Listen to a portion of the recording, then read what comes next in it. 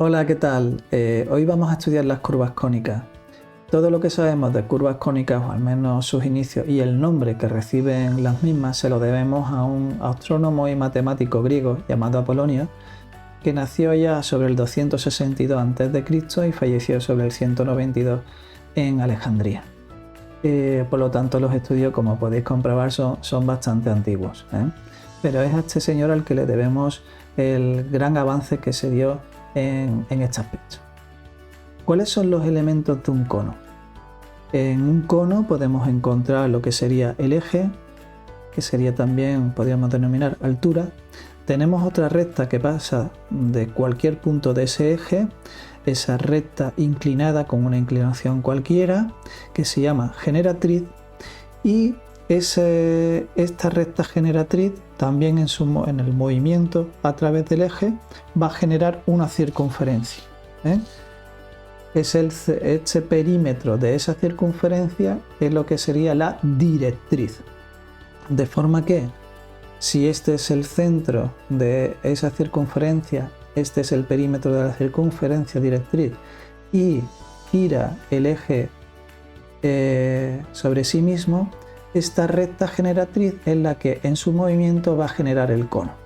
Para que lo entendáis mejor, es como si esto en movimiento, en rápido movimiento, ha generado el cono, ¿vale? Esto estaría interno dentro del cono, este eje, ¿vale? Este eje estaría interno dentro del cono.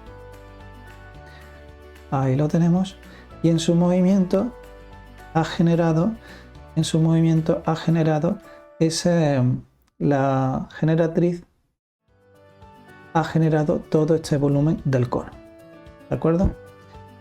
Digamos que en este movimiento pues lo ha generado. Ahora os pondré también una animación en la que se observa ese movimiento. ¿Qué es lo que ocurre?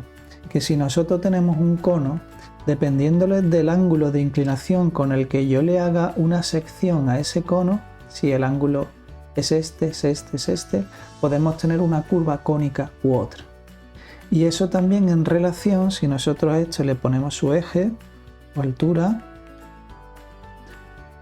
en relación de la inclinación que ese plano tenga con el eje, imaginaros que está pasando por aquí el eje interior, ¿verdad? No es lo mismo esta inclinación que una inclinación paralela incluso al eje, o una inclinación paralela aquí a la generatriz, ¿vale? Dependiendo de esa inclinación nos va a generar una curva u otra. Si nosotros le hacemos un corte al cono en el que el plano de corte es perpendicular al eje, ¿qué vamos a obtener? Aquí se observa. Se obtendría una circunferencia, ¿eh?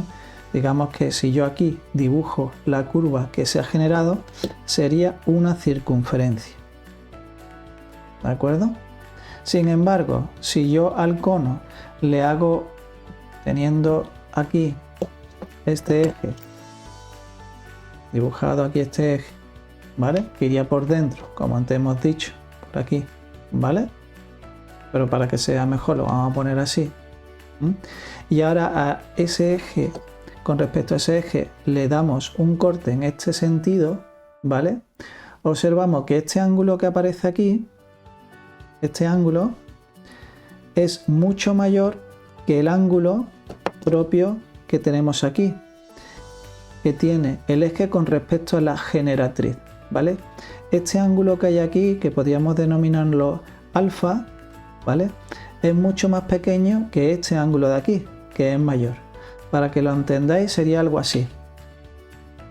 Digamos que este sería el eje.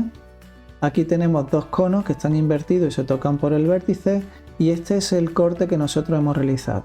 De forma que este ángulo de aquí es mucho mayor que este ángulo de aquí, ¿vale? Eso es lo que hemos dibujado aquí, ¿sí?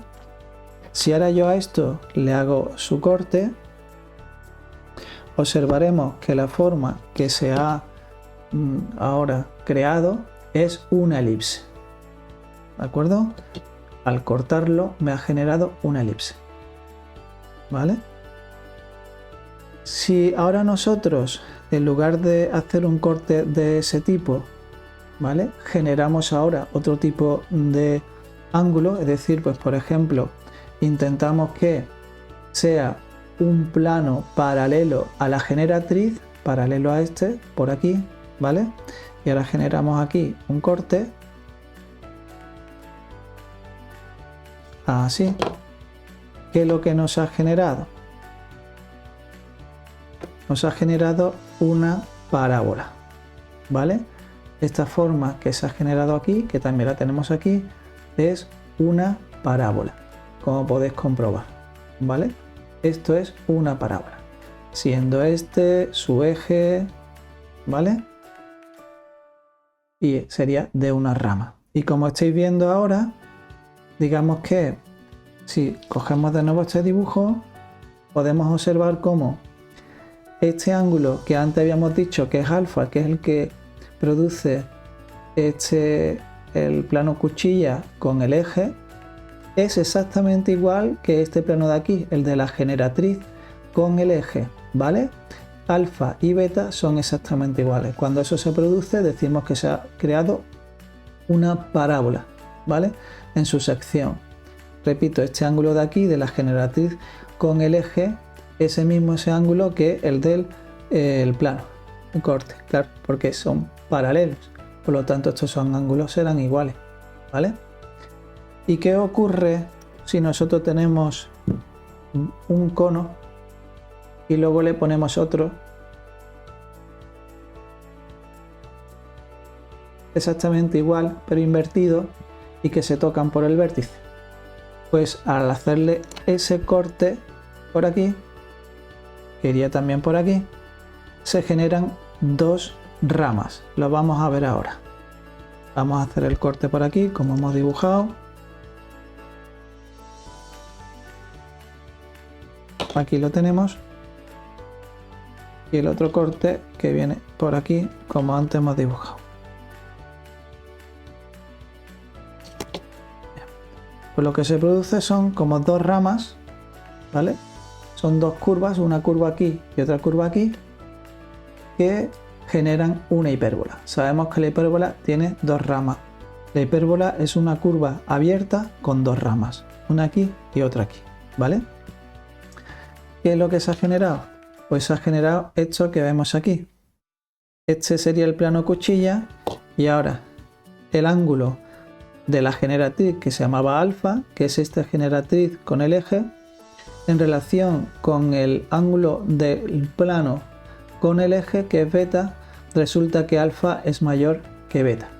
En ese caso se ha generado una hipérbola. Y es así pues como se generan las curvas a partir de las secciones de un cono.